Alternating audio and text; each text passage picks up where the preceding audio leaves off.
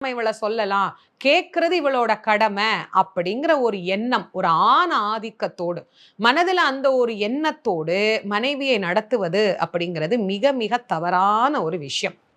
பிரச்சனை யாருக்கு இல்ல? எந்த குடும்பத்துல பிரச்சனை இல்ல? கணவன் மனைவி வாழ்க்கை என்பது ஊடல் இருக்கும், கூடல் இருக்கும், எல்லாமே இருக்கும் தான். தப்பா இருந்தா சொல்லணும்.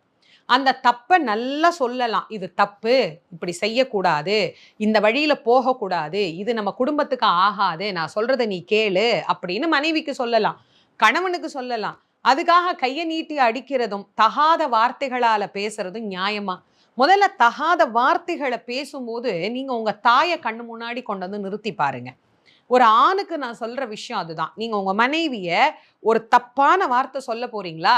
கண்ணுக்கு முன்னாடி உங்க அம்மாவ நிப்பாட்டி வைங்க. உங்க அம்மாவ இந்த வார்த்தை நீங்க சொல்லுவீங்களா?